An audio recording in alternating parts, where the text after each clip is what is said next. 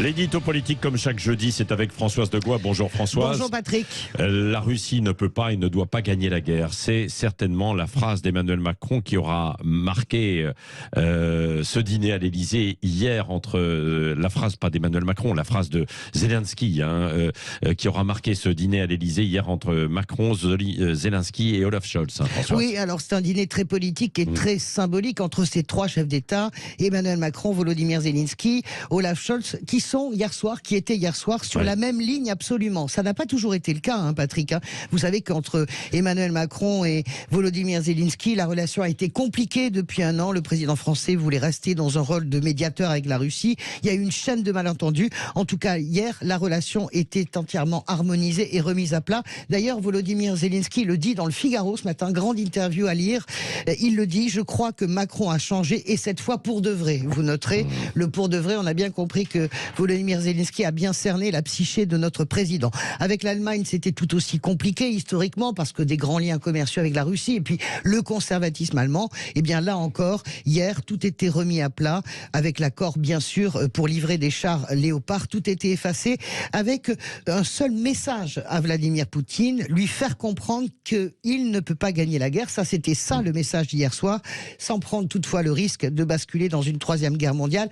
C'est donc une stratégie sur le fil d'une Europe unie et d'une photo symbolique. Pourquoi ? Parce qu'il y avait un couple franco-allemand hier, lui aussi réconcilié au moins pour le temps d'une soirée. Oui, alors pourquoi cette rencontre à ce moment précis, Françoise ? D'abord parce que c'est le premier anniversaire de l'invasion russe, vous vous souvenez, c'était le 24 février 2022.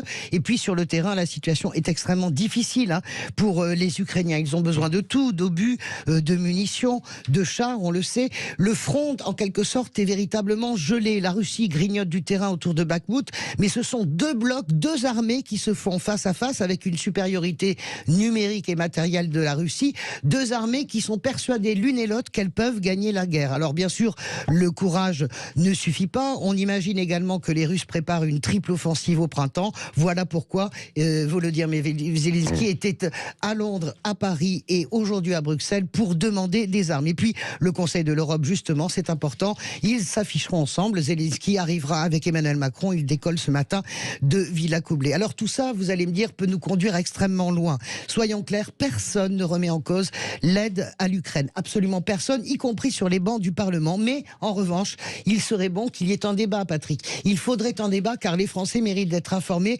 autrement que par des chaînes info ou par la radio ou bien par les journaux qui font très bien leur travail. Mais il faut avoir une position du gouvernement, d'autant que c'est la première fois qu'un conflit met en scène les 4 grandes puissances nucléaires mondiales. Je mets la Chine officielle en tout cas. Et puis au-delà de la soirée d'hier sur le plan ukrainien, eh bien c'est une photo qui vaut cher également pour Emmanuel Macron. Il est empêtré sur le front intérieur, si je puis m'exprimer ainsi, dans la conquête de la réforme des retraites. Il n'y arrive pas. Il dégringole dans l'opinion. Eh bien, comme toujours, Emmanuel Macron, comme beaucoup de chefs d'État avant lui, espère que cette photo-là lui permettra de reprendre un peu d'oxygène, en tout cas dans l'opinion, en étant, si ce n'est un faiseur de paix, au moins un aide précieux pour l'Ukraine. Voilà. Donc, on verra la photo aujourd'hui. Une séquence pour Macron qui fait oublier un peu les retraites, mais évidemment, on va vite retomber dans le chaudron. Oui.